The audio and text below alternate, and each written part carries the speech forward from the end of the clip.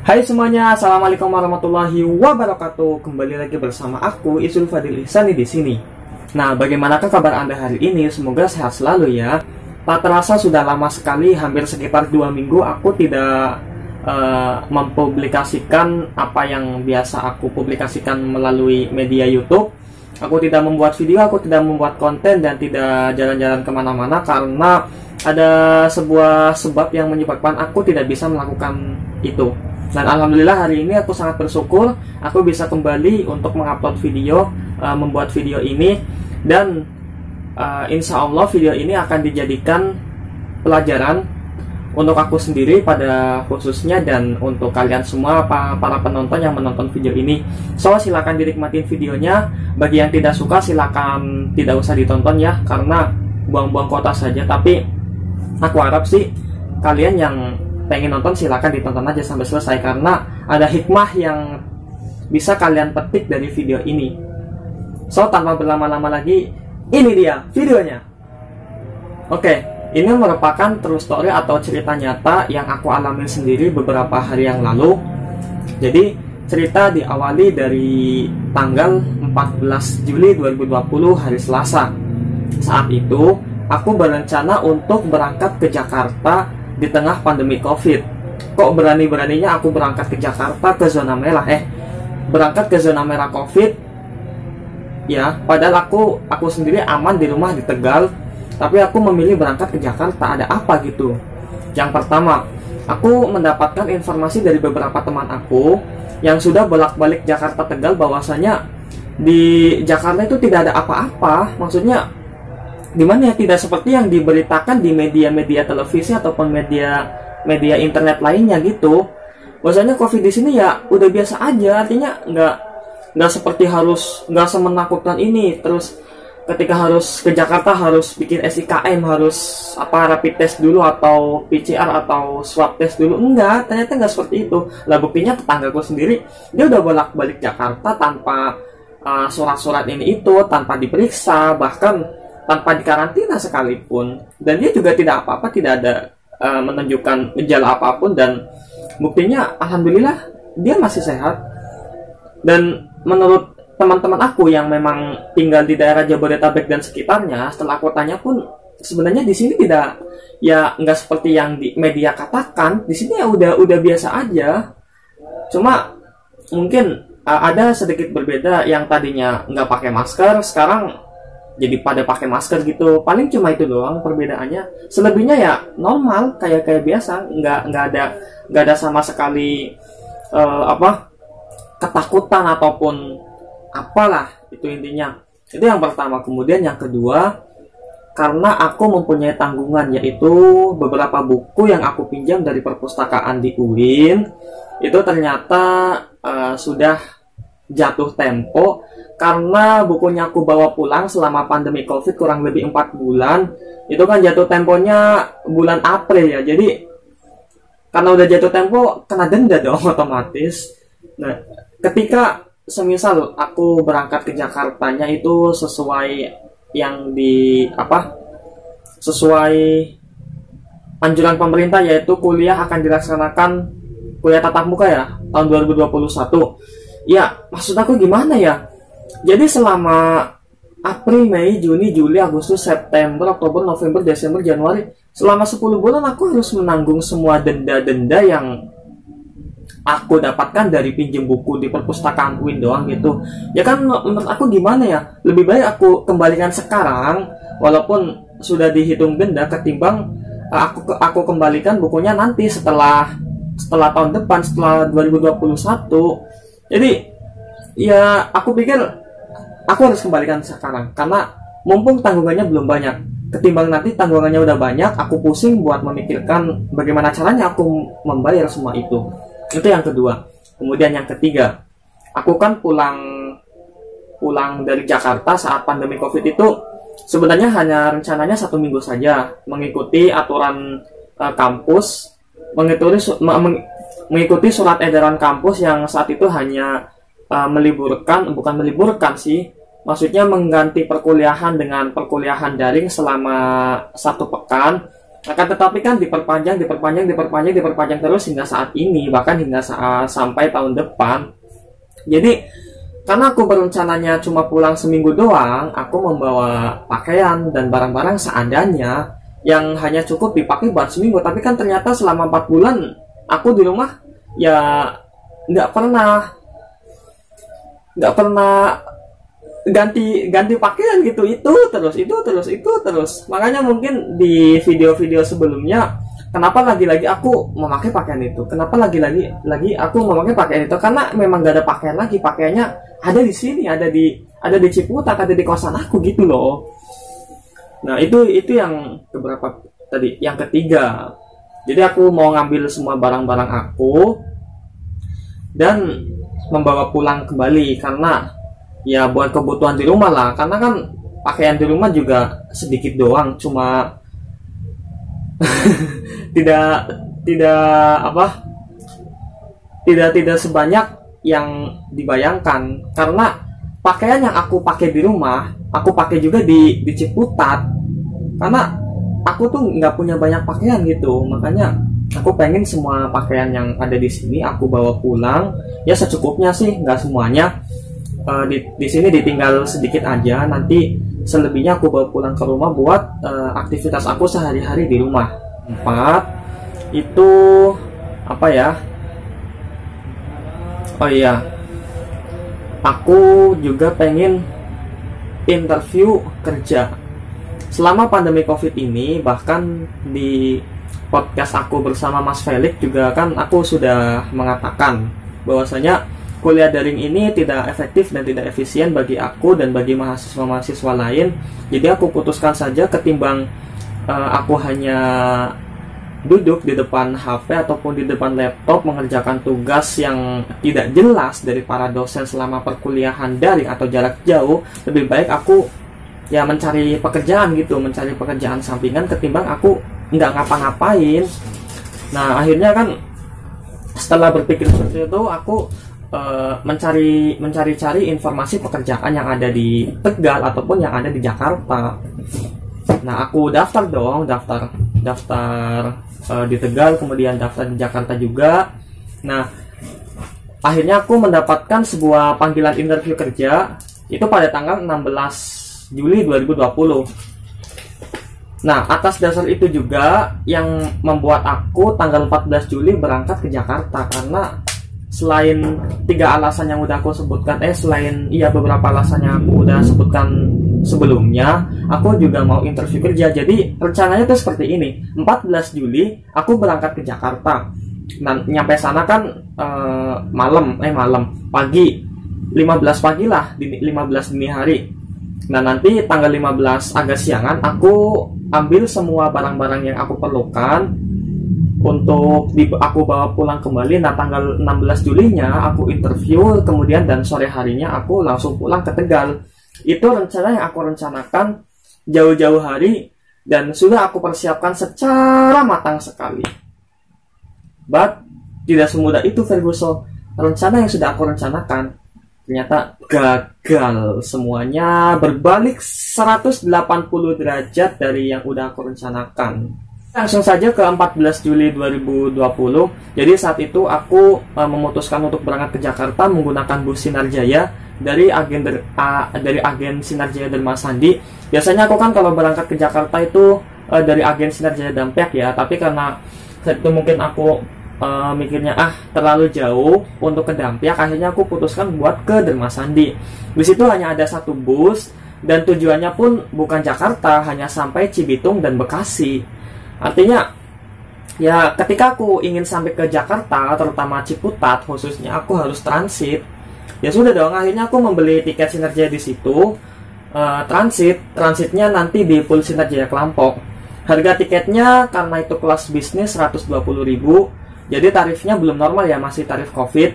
Untuk kelas eksekutifnya sendiri Sinarjaya itu mematok harga 150 untuk tarif Covid. Tapi untuk normalnya sih aku belum tahu ya, karena masih menunggu keputusan dari Kementerian Perhubungan.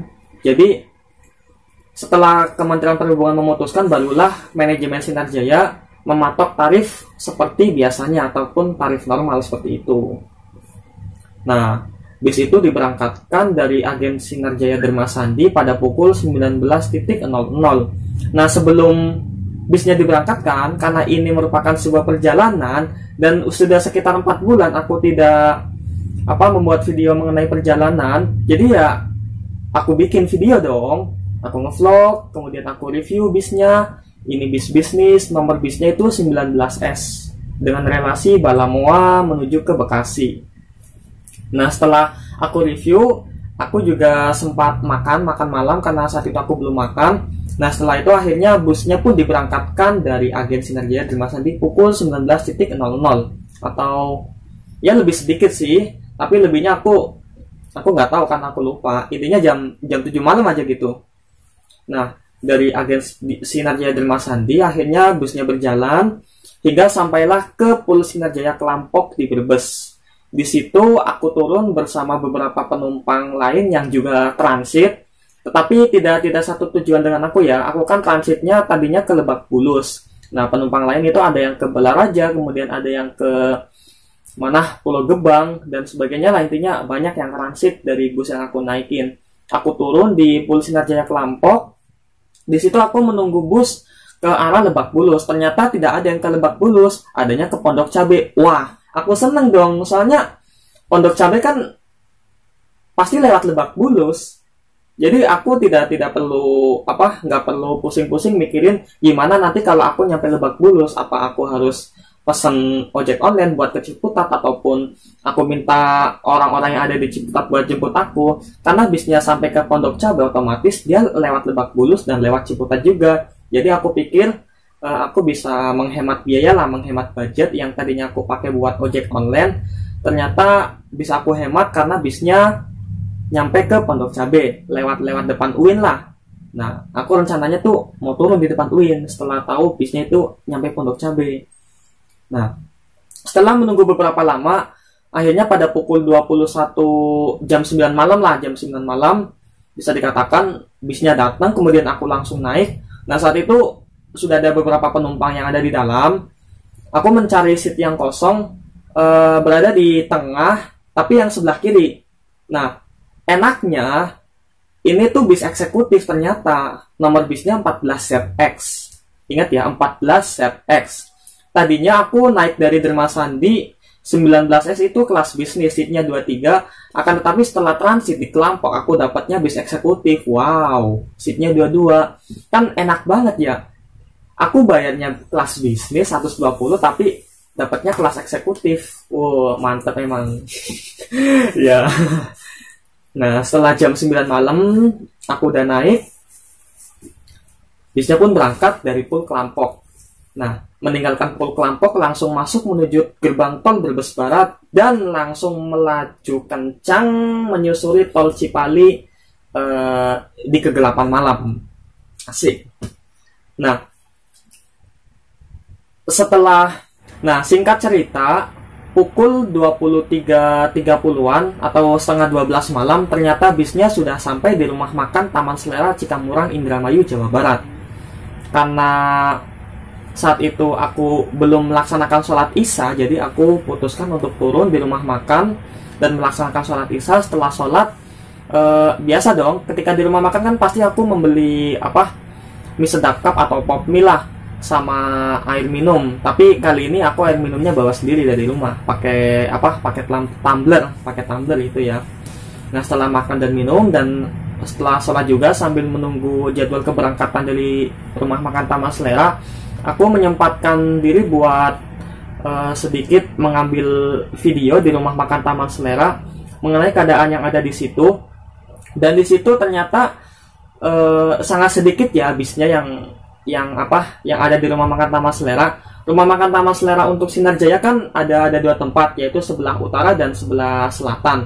Nah, ternyata yang sebelah utara itu lampunya dimatikan, artinya tidak dioperasikan. Yang dioperasikan hanya yang ada di sebelah selatan. Karena bis Sinarjaya juga kan armada yang dioperasikan itu dibatasi. Jadi mungkin untuk menghemat biar tidak terlalu memakan banyak tempat atau biar tidak boros, akhirnya yang sebelah utara dimatikan, yang sebelah selatan difungsikan. Nah, setelah pukul 12 malam, kurang lebih jam 12 malam lah, bisnya lepas landas dari rumah makan Taman Selera. Seperti biasa kalau habis dari rumah makan sebelum berangkat kan bisnya pasti di checkpoint dulu, atau dicek seluruh penumpang lah. Bis ini membawa penumpang berapa gitu, seperti itu di rumah makan Taman Selera. Ternyata pas bis aku itu lagi dikontrol sama manajemen sama petugas Sinar Jaya, itu ada 2 orang baru yang masuk ke bus aku. Aku nggak tahu apakah 2 orang itu penumpang transit atau penumpang yang baru naik dari rumah makan Taman Selera. Ya karena emang aku udah biasa melihat hal seperti itu ya, jadi ya udah biarin aja gitu loh. Nah, 2 orang ini masuk ke bus yang aku naikin. Yang pertama duduk persis di depan aku, dan yang kedua ada di belakang, entah kemana, aku nggak tahu, nggak paham. Nah, setelah itu barulah bisnya berangkat dari rumah makan Taman Selera, kemudian langsung masuk gerbang tol Cikedung dan kembali menyusuri tol Cipali menuju ke Jakarta. Nah, selama perjalanan setelah dari rumah makan, aku itu lebih apa sih? Ya, nah setelah gimana sih ngomongnya? Itu ada temen aku, Bang Izul namanya. Nah, setelah dari rumah makan itu aku memutuskan untuk melanjutkan perjalanan itu dengan tidur, karena kan saat itu udah tengah malam kan, udah jam 12 lebih. Jadi aku putusin lah buat tidur. Bangun-bangun itu udah sampai Bekasi kalau nggak salah. Soalnya kan di jalan tol kan itu biasanya ada petunjuk arah kan yang warnanya hijau gede itu di pinggir sebelah kiri, Bekasi 500 meter atau Jakarta 1 kilometer gitu, seperti itu. Jadi aku pikir oh ya ini sampai di Bekasi. Aku kebangun karena saat itu busnya berhenti. Ada 2 penumpang turun, di posisinya itu masih di tengah-tengah tol ya, masih di jalan tol. Nah, ini yang bikin aku heran, kok ada gitu orang yang atau penumpang yang turun di tengah-tengah tol. Soalnya sepengalaman aku menaiki bus Sinar Jaya itu, aku belum pernah melihat ada orang yang turun di tengah tol. Paling nggak ya turunnya ya di pinggir jalan biasa gitu, bukan jalan tol. Tapi ini kok ada orang turun di tengah-tengah tol. Dan di sekeliling tol itu tuh proyek semua, nggak ada kayak pemukiman gitu, proyek kereta cepat. Kemudian di sananya itu pabrik PT-PT industri lah, dan di sebelah sini juga pabrik juga. Artinya ya sangat nggak irasional sekali gitu kalau semisal ada orang yang bertempat tinggal di situ dan memilih turun di situ. Paling tidak kan dekat dengan pemukiman warga gitu. Nah, di situ tuh benar-benar nggak ada pemukiman, tapi ya karena aku nggak tahu ya, jadi ya udahlah. Nah, posisi kan aku udah kebangun tuh, aku langsung refleks mengecek HP. Aku pengen tahu ini tuh udah jam berapa gitu. Nah, karena udah terlanjur kebangun, akhirnya aku refleks buat ngecek HP. HP aku taruh di saku sebelah kiri, dan di saku di sebelah kanan itu ada dompet. Saku depan ya, bukan saku belakang. Jadi saat itu aku pakai celana lepis. Tahu kan celana lepis pasti sakunya bentuknya seperti ini, hampir kayak huruf U, bukan kayak gini, bukan lurus kayak gini, tapi bengkok kayak gini. Ya tahu sendiri lah, nggak usah aku perlihatkan gimana. Jadi HP aku taruh di saku sebelah kiri yang di depan, dan dompet aku taruh di sebelah kanan. Saat aku tidur, intinya lepas dari rumah makan itu, seingatku ya, aku sempat mainan HP sebentar ya, buat sekedar melihat beranda WhatsApp lah, barangkali ada yang ngechat ataupun ada informasi apa gitu. Nah, setelah itu aku matikan data seluler, kemudian aku kunci layar, dan aku taruh di saku sebelah kiri. Itu seingatku terakhir saat aku masih main HP. Nah, ternyata setelah aku kebangun di tengah-tengah tol itu yang ada 2 penumpang turun, aku ngecek di saku sebelah kiri, HP-nya nggak ada. Aku bingung, makanya kok nggak ada gitu. Aku cari-cari di saku sebelah kiri nggak ada, terus aku ngecek saku sebelah kanan ada tapi bukan HP, ini dompetnya masih ada. Terus aku bingung, ya Allah ini HP ku kemana ya? Apa mungkin HP ku tuh jatuh di mana, di bawah jok kali. Akhirnya aku cari-cari dong di bawah jok, nggak ketemu. Dan selama itu akhirnya aku putusin buat mencari lebih lanjut. Aku sampai turun ke bawah, menengok seluruh kolong jok yang ada di barisan aku buat cari HP aku gitu. Sampai aku pinjem HP penumpang lain, aku pinjem buat itu, gunain flash atau cahaya atau senter lah, buat nyenterin barangkali HP aku tuh ketemu gitu, jatuh di mana terus ketemu. Ternyata nggak ketemu, nggak ada HP aku gitu. Dan setelah seperti itu, akhirnya ada satu penumpang yang sama bangun dari tidur itu juga mencari-cari HP sama kayak aku. Dia juga tanya-tanya ke aku, "Mas, lihat HP ini enggak Mas, saya juga kehilangan HP gitu." Akhirnya saya sama penumpang lain tadi sama-sama nyari HP di seluruh penjuru bis, terutama di bawah jok ya, atau di kolong bagian bawah. Sampai akhirnya ketika kami berdua sedang mencari HP, seluruh penumpang itu terbangun. Jadi bisa dikatakan tuh seperti ini, selepas dari rumah makan, semua penumpang yang ada di bus itu tuh tidur, kecuali sopir sama kenetnya. Udah, 2 orang doang yang nggak tidur. Seluruh penumpang tidur. Nah, mereka semua kebangun gara-gara aku sama penumpang lain yang kehilangan HP itu nyari HP. Jadi semuanya tuh sebelumnya ya tidur semua gitu. Nah, setelah mereka kebangun, akhirnya kan geger tuh. Wah, HP aku hilang, HP penumpang yang satunya juga hilang. Akhirnya si Kenet bis Sinar Jaya 14 ZX ini menyalakan lampu supaya mempermudah kami untuk melakukan pencarian HP kami. Nah, ternyata sudah ditelusuri seluruh penjuru bus, nggak ketemu HP-nya. Ditambah lagi ternyata ada pengakuan dari 2 penumpang lain yang mengaku kehilangan dompetnya. Jadi bisa dikatakan dalam satu bus itu ada 4 orang yang kehilangan, 2 orang kehilangan HP dan 2 orang kehilangan dompet gitu. Ya, kita 4 orang ini sama-sama mencari lah kesana kemari, dari depan ke belakang, dari atas ke bawah, di bagasi kabin, di bawah jok, kemudian di saku-saku jok, nggak ada semuanya. Tapi ya saat itu aku masih belum percaya bahwasanya HP aku tuh hilang. Saat itu aku masih berpikir aku ini lagi mimpi, karena aku kan posisi lagi tidur ya. Barangkali ini aku ngelilir apa gimana, ini mimpi buruk apa gimana.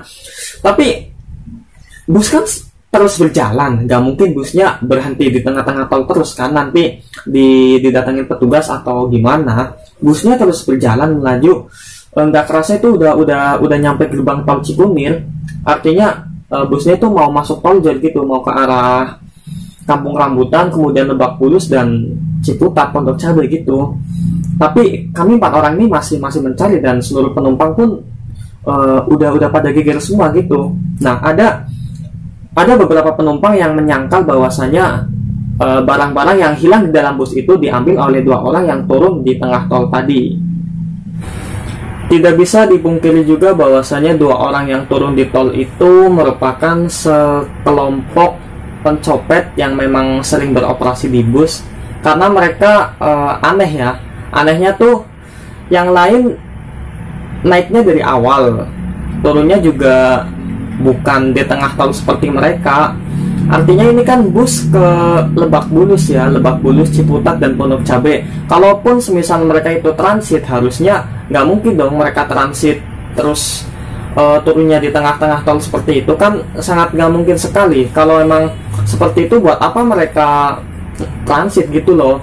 Mungkin bisa jadi mereka ini penumpang yang baru naik dari rumah makan, dan mereka sengaja turun di tol setelah mereka mendapatkan barang copetan yang mereka copet, seperti itu. Nah, karena posisinya aku udah sadar bahwasanya aku itu lagi nggak ngimpi dan barang aku itu dicopet sama kedua orang itu yang udah turun di tengah tol. Ya, saat itu perasaan aku, ya Allah, gimana ya?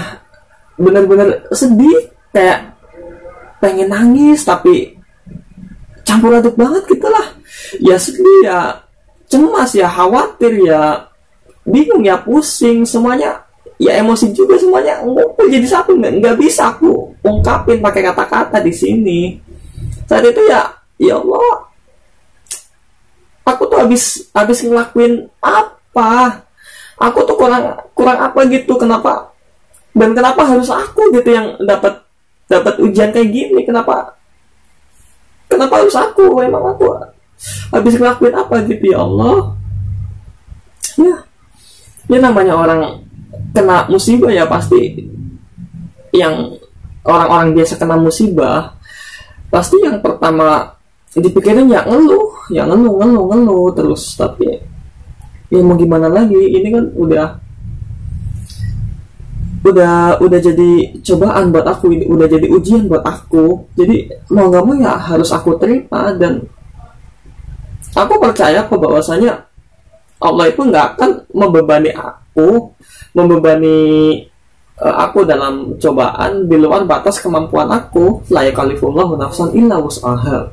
Allah itu tidak akan membebani cobaan suatu hambanya di luar batas kemampuan hambanya. Jadi ya bismillah, aku percaya selama perjalanan dari semenjak aku sadar HP aku itu dicopet sampai Ciputat depan UIN itu, ya aku cuma istighfar, astagfirullahaladzim, sambil mikir apa yang harus aku lakukan. Karena gimana ya, aku itu rencana yang udah direncanain gagal semua. Dan aku juga nggak ngomong sama teman-teman aku, nggak ngabarin sama mereka-mereka yang ada di sini atau mereka-mereka yang tinggal di sekitaran sini bahwasanya aku itu berangkat. Karena aku bener-bener yakin, bener-bener optimis aja gitu bahwasanya aku tuh bisa melakukan ini semua, rencanaku tuh bakal berhasil semuanya, bakal terlaksana semuanya. Tapi kan ternyata takdir berkata lain, takdir berkata seperti itu. Aku kecopetan, HP aku hilang, segala informasi aku hilang. Akhirnya mau nggak mau aku harus mengorbankan interview aku yang semestinya aku harus interview di hari Kamis. Aku nggak berangkat interview karena aku kurang informasi. Aku kan belum lihat tempat interviewnya ya, baru tahu sekedar tahu aja lah. Secara pastinya kan harus aku lihat di Google Maps paling nggak. Jadi aku bisa tahu tempat interviewnya itu di sini. Tapi ya Allah.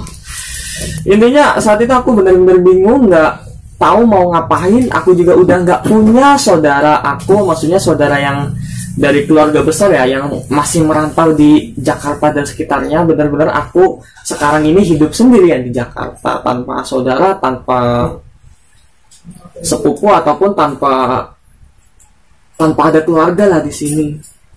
Benar-benar aku merantau sendiri di sini.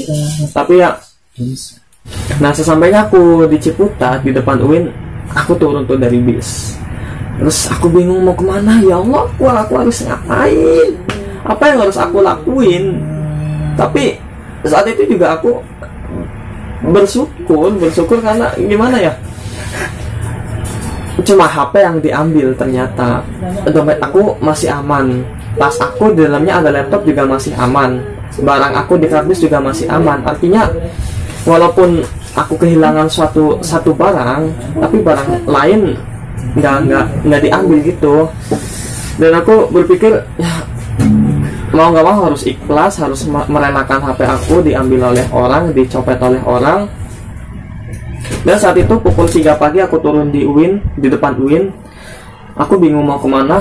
Akhirnya aku memutuskan untuk menuju ke base camp atau sekretariat Ikatan Mahasiswa Tegal Ciputat.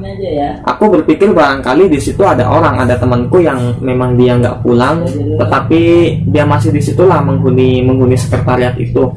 Ternyata setelah aku ke situ nggak ada orang. Posisi base camp itu sepi, lampunya dimatikan dan keadaan terkunci, tergembok. Jadi ini pasti nggak ada orang di sini. Terus aku ingat-ingat lagi teman-teman aku yang memang seperantauan dari Tegal dan sekitarnya yang kira-kira masih berada di Ciputat. Aku datangin kosannya. Jadi selama jam 3 selama dari jam 3 sampai jam 4 itu aku muter-muter seluruh Ciputat sekitaran UIN buat nyari tempat yang bisa dijadiin aku istirahat sama berkeluh kesah gitu, sama ngeluapin apa yang barusan aku alami gitu. Aku berharapnya sih gitu, tapi ternyata semua yang aku datengin nggak ada temanku sama sekali. Temanku tuh nggak pada di kosan yang memang masih ada di Ciputat. Jadi aku benar-benar bingung, ya Allah, aku harus kemana lagi? Ya Allah, aku juga bingung mau ngabarin teman lain juga harusnya pakai HP, tapi aku nggak ada HP kan, bingung ya. Akhirnya sudahlah, aku memutuskan untuk pergi ke masjid sambil menunggu subuh, karena mungkin di situ juga aku bisa selonjoran lah, bisa duduk santai mungkin sambil menunggu subuh. Dan berniatnya sehabis subuh aku berencana buat meminjam handphone salah satu jamaah masjid, dimana nanti di situ aku mau pesen ojek online, minta dipesenin ojek online sama jamaah di situ ke tempat yang memang ingin aku tuju, yaitu di daerah Pamulang, tempat dulu aku pernah mengabdikan diri aku di sebuah pesantren di daerah Pamulang gitulah. Aku berpikir mau ke situ karena ya emang gimana ya, cuman itu tempat yang mungkin masih bisa nerima aku gitu loh. Ya udahlah, akhirnya aku ke sana habis subuh. Nah, alhamdulillah di sana ada wifi. Karena laptop aku masih ada, akhirnya aku membuka internet dan aku sambungkan melalui wifi yang ada di pondok pesantren tersebut.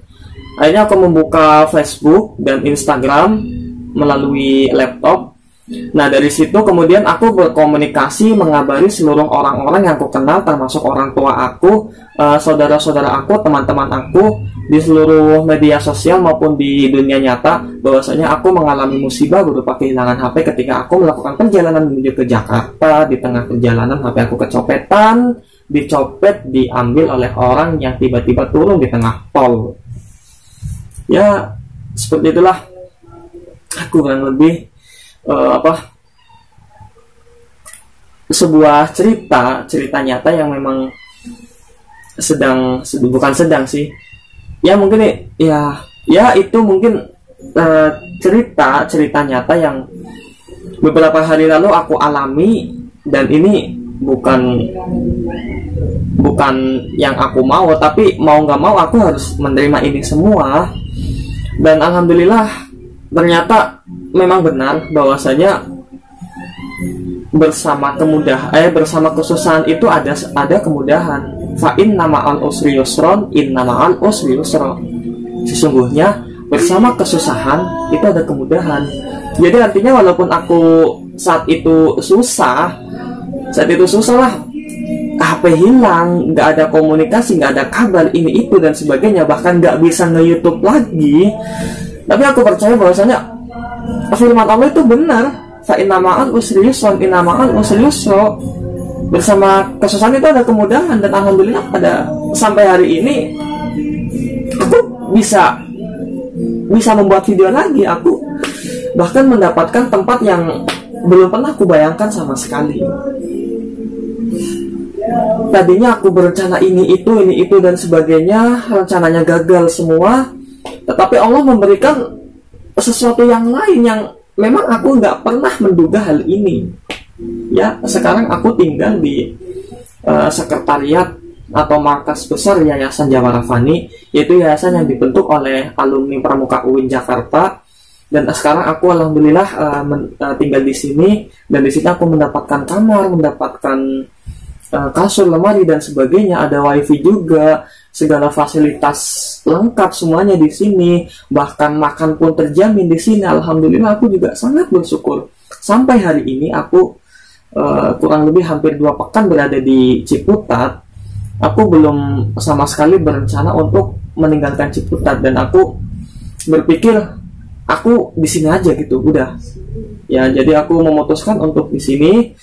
Dan setelah aku berkomunikasi kurang lebih selama 1 minggu melalui kanal Facebook, akhirnya aku meminta kepada orang tua aku yang berada di Tegal untuk mengirimkan HP milik adik aku, karena kebetulan dia kan sudah masuk pesantren tuh, di pesantren Darul Mujahadah. Jadi aku pikir ketimbang HP dia itu tidak dipakai, jadi untuk sementara ini aku pakai dulu saja ya. Dan inilah dia HP-nya, walaupun HP seadanya, akan tetapi aku tetap bersyukur karena la in syakartum la azidannakum wa la in kafartum inna adzabi lasyadid.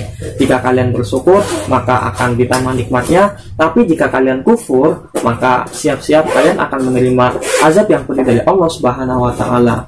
Yang terakhir, oke, mungkin ini yang terakhir ya. Aku ingin berterima kasih kepada semua teman-teman aku yang sejauh ini sudah membantu aku, terutama bagi Mbak Anissa Nabila Rahma yang sudah mau direpotkan dengan aku titipkan barang-barang aku yang ada di Ciputat.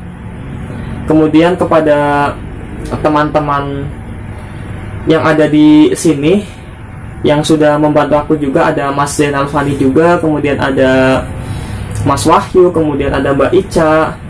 Terima kasih kalian semua sudah membantu aku, dan terima kasih juga kepada Yayasan Jawara Fani yang telah menerima aku untuk berada di sini dan mempersilahkan aku untuk tinggal di sini sampai dengan saat ini. Yang pasti aku juga berterima kasih kepada Allah Subhanahu wa taala, karena biar bagaimanapun juga semua ini merupakan karunia dan anugerah yang diberikan oleh Allah Subhanahu wa taala. Oke, itu saja yang dapat aku sampaikan. Terima kasih telah menonton. Jangan lupa untuk like dan komen jika kalian suka dengan video seperti ini. Subscribe dan aktifkan notifikasi loncengnya agar kalian tidak ketinggalan info dan update dari channel aku ya. Sampai jumpa di video aku berikutnya. Terima kasih. Wassalamualaikum warahmatullahi wabarakatuh.